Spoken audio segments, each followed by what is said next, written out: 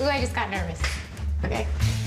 My name is Megan Fox, and Tyler might recognize me from movies like Transformers or Teenage Mutant Ninja Turtles. I'm a little intuitive myself. Energy into my chakras. I have really psychic dreams, and I also will get information that just sort of plays on a loop in my head, and those are usually inexplicable things that I shouldn't be able to know. So I do think there is something there that I wish I could expound on.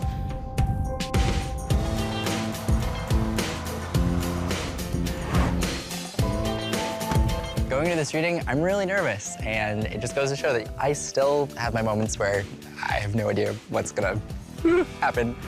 That's something that isn't super common, so I'll be curious to see as to why. How are you? I'm Megan. You're Megan Fox, oh my God. Now you know me. Yes, okay. of course. I wasn't oh sure. My God. How are you? Come So in. good. I recognize Megan Fox from being Megan Fox. It's Megan Fox. Can you believe it? That's like, I'm like trying to like contain myself, but wonderful to meet you. Nice to meet you. She was in Transformers and that one vampire movie. I love Megan Fox. Before I start, I always like to ask my clients if they've ever had a reading done before. So have you ever had a reading? Yes, I've had several readings done before. I mean, I've done a lot of like palmistry, tea leaves, tarot cards. Okay. Very cool. Well, I always like to ask that question because people have different experiences and through different methods and means of getting to connect. Well, who's communicating with you? Well, in a reading, it really varies. In a reading, I use both the messages from the other side, my guides, and then my intuition as well. Now, the other part of this is that I oftentimes hold on to an object. So did you bring any objects today? No. No? That's all right. So we'll see what we get. Without an object, I can sometimes open it up a little bit. Yeah. Yeah. I don't want to put my energy towards anything specific. I want to let the universe bring it to me. I'm just giving it to scribble and just kind of get in the zone. We'll see what pops in, and we'll go from there. Okay. Because I trust that between my spirit guides and his, the right things will come through. Okay, there. I'm gonna try to navigate all the different stuff coming in. They're actually having me keep in mind like your eyes. Yes. But there's something kind of interesting with this because they're having me talk about like getting this checked, and then like at some point I see like a discovery being made. It feels almost inflamed is the way I would describe it. Something a little unique. That seems doable. I don't see you going blind or anything like that. But it's a vision thing or it's an aesthetic thing? It's coming in as like the structure of the eye. There's something wrong with the structure of the eye. But there's nothing to do about it? It just is what it is? It literally looks like it doesn't contribute to blindness or anything like that. And there's nothing we can do to fix this. Yeah, but am I gonna, like, my eyes are gonna, I'm gonna have like a half-closed eye? I mean, you could work a glass eye. You could like look at that. I cannot work a glass eye. You could do that? Nah. This isn't hot. No, it's not working out. Well, then maybe, I think you're fine. It could just be even like a calcification of something. It's nothing serious. It's all good. Just because I have to be on camera. Exactly. Well, it's all internal. It's not like... It's not going to be seen to other people. No, it's just the structure of the eye. Okay, I can go blind in that eye. Exactly. I don't care. It just can't. I just have to, you know. Who needs it? You just need one, honestly. Okay. We'll put an eye patch there and it will start a trend. Okay. I love it. All right. There. There. Mom's side. Mom. So weird. For some reason, they're having me refer to your mom, who's obviously living, right? Would assume. But they're having me talk about a situation, and they're having me talk about like change, transition, movement. This is coming through in a geographical sense. Mm-hmm. Where's Mom currently at? Florida. Florida.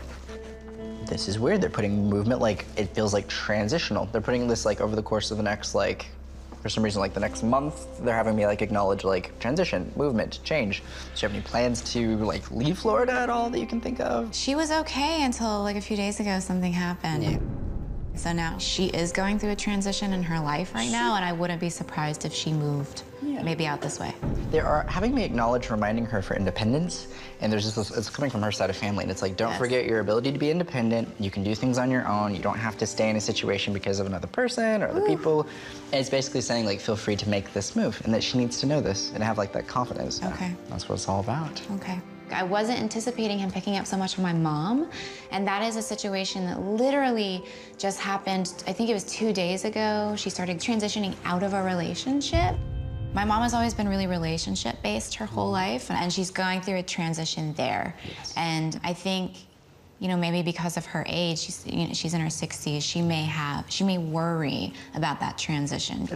It's the weirdest thing, but I feel like that some of the best years of her life have yet to happen. Okay. They're showing her breaking free. It's like this whole visual thing. And it's like, now's your chance to kind of start and like start over. I keep hearing start over, start over, start over. It's a positive thing. I think she's on the right track. I do too. That's awesome. My sister and I are always saying to each other, like, that's what we want for our mom, but we can't tell her. She doesn't listen to us. So maybe she'll listen to Tyler. Okay, there. Thank you. It's so interesting. They're drawing a parallel between your mother and you. I don't know why. But they're having me talk about, at this time, being there for your mom. Yeah. And it's the strangest thing, because they're bringing up mom's situation in you. And I don't know why they're bringing up this parallel thing, but they're just like, it's basically like, they're having me acknowledge understanding, and like showing understanding and being there. But they're drawing this connection between the two. There would be one green. I don't know what this, I'm seeing green. Does that mean anything at all?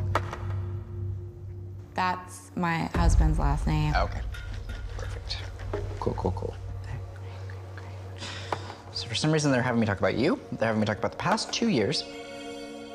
There's almost a recovery kind of a feeling behind this, like recovering, picking up the pieces.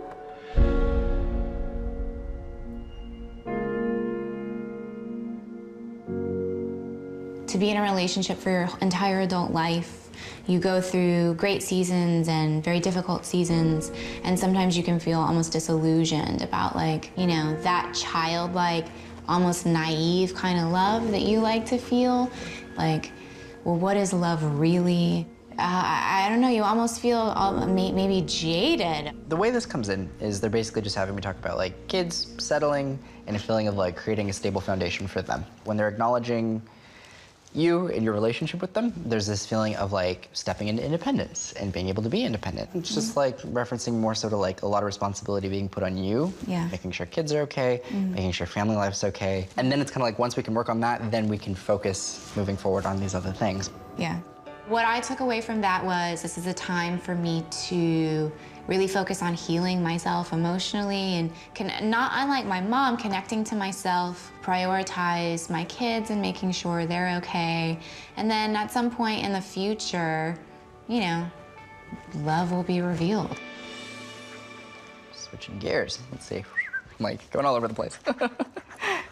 There's this whole thing coming in, and this is like so random, but I just have to verbalize it. But there's an emphasis on like a Native American thing in the way this is coming through. And then they're also having me talk about like intuition.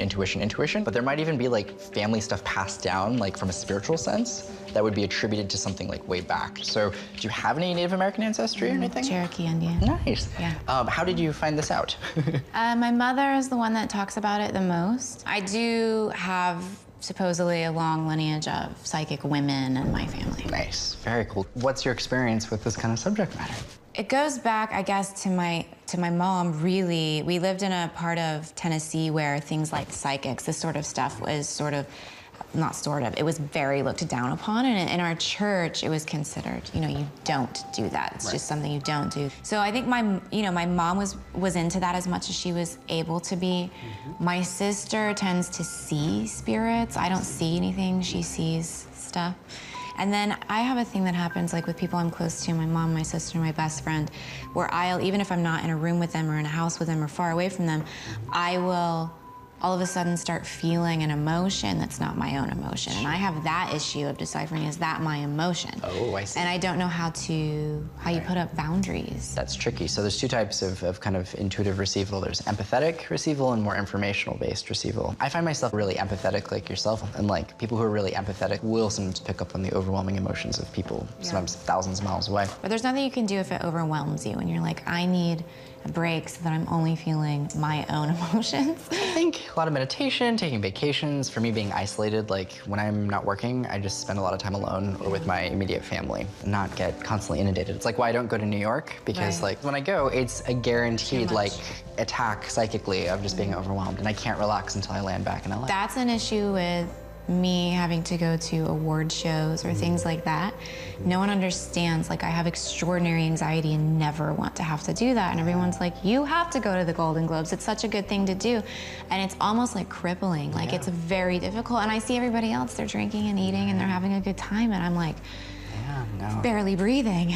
It's no surprise that you have issues going to award shows with anxiety and whatnot, because I think empathetic people just naturally are like sponges. They pick up on the thoughts, the feelings, the mental headspace of the people around them. The hard thing is there's no cure-all answer for empathetic people. I think just creating our own space, you know, deep breathing, as silly as it sounds, is actually something that can be helpful because it centers us, it grounds us. But I still don't have an answer for that one. It's the hardest part of my life as a medium is that social aspect. I know, my sister knows, my mother knows. We all think we're psychic. I mean, it's definitely something that I believed was real. But, you know, sometimes you talk yourself out of it also. You're like, well, maybe, you know, I don't know, maybe I'm making it all up. Maybe it is a coincidence, but it's not a coincidence. And people who are around me for a long time have seen a lot of weird things go on.